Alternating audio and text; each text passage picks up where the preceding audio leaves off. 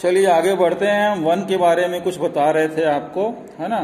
इसमें हमने चर्चा की थी, या कुछ सागौन के या नीलगिरी के पेड़ लगाकर अगर उसका प्लांटेशन किया जाए तो क्या वो भी वन के श्रेणी में आते हैं, ऐसा विचार है। क्या हमें वनों को में रहने वाले कीड़े मकोड़े, जानवर, पक्षी मनुष्यों को बिना पूर्ण मानते हैं? किसी भी परिभाषा के लिए हम इस तरह के प्रश्न कर सकते हैं, है ना। फिर भी हमें वनों के बारे में किसी समझ को लेकर आगे बढ़ना होगा। इस तरह हम कह सकते हैं कि अधिकांश वनों में निम्नलिखित बातें देखी जा सकती हैं। ठीक है।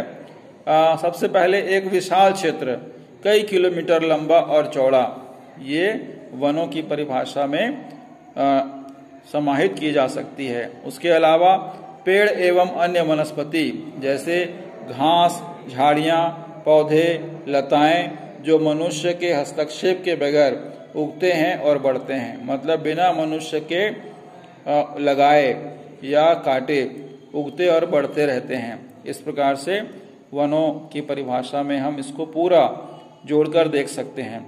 व्यापक जैव विविधता, जहां विभिन्न तरह के जीव जंतु मनुष्य के हस्तक्षेप के बिना प्राकृतिक रूप से रहते हैं, मतलब उस व्यवस्था में मनुष्य का किसी भी प्रकार का कोई हाथ नहीं होता।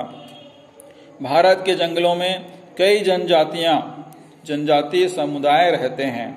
ठीक है, भारत के जंगलों में कई ऐसी जनजातियां हैं, ऐसे समूह हैं जहां रहते हैं जिन्हें अपने आप को उन जंगलों के अनुरूप ढाला है। वहां पर रहने वाले लोग अपने आप को जंगलों के अनुरूप ही स्थिति के अनुसार ढाल लिया है और जंगलों में कम से कम हस्तक्षेप करके भी जीवन व्यतीत करते हैं। जंगल में जो वहाँ के समुदाय के लोग रहते हैं वो जंगलों में कम हस्तक्षेप करके, मतलब जंगलों को बिना नुकसान पहुंचाए भी अपना जीवन व्यतीत करते हैं।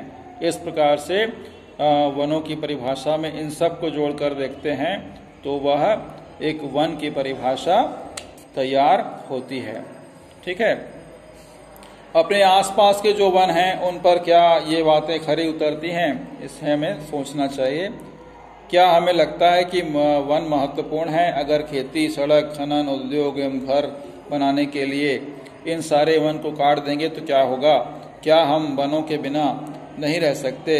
इसकी चर्चा आपस में घर में भी कर सकते हैं। वन कितने प्रकार के होते हैं और वे कहाँ पाए जाते हैं, है ना।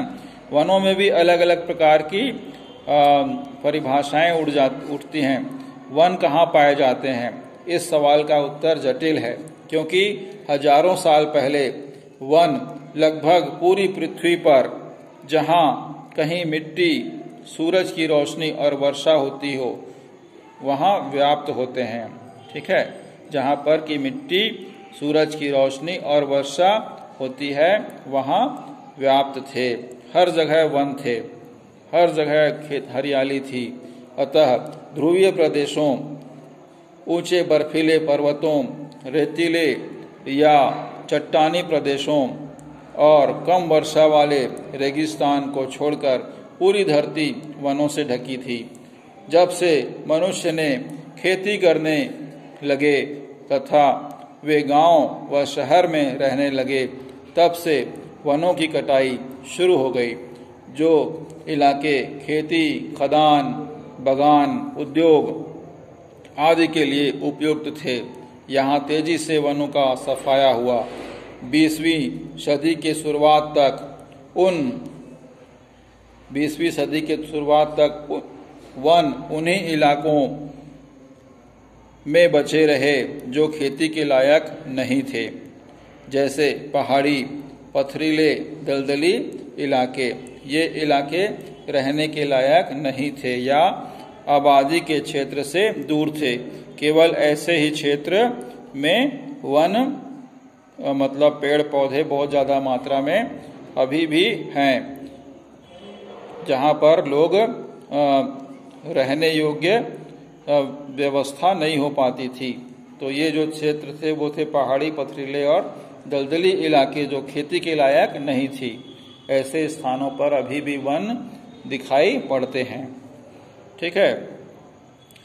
क्या यह कहना सही है कि वन प्राकृतिक रूप से दुर्गम पहाड़ और पथरीले प्रदेशों में ही होते हैं? हमारे आसपास वन कहाँ हैं, पता करें। वहाँ वन कभी खेत खदान या शहरों के लिए क्यों नहीं कटे? वनों का वर्गीकरण, वनों को कुछ भागों में बांटा गया है, ठीक है। इसके बारे में हम अगले दिन अध्ययन करेंगे। आप लोगों से भी यही निवेदन है कि अध्याय 5 का कंटिन्यू अध्ययन करते रहें। अध्याय 5 से हम लोग कुछ प्रश्न आपसे कर सकते हैं। पेज क्रमांक 84, 85, 86 और 87 लगातार इस पेज से जुड़े रहें और वीडियो को सुनते रहें। हम इन्हीं 4 पेजों के बीच से आपसे कुछ प्रश्न करेंगे। आपको जवाब देना है अगले दिन 11 बजे तक।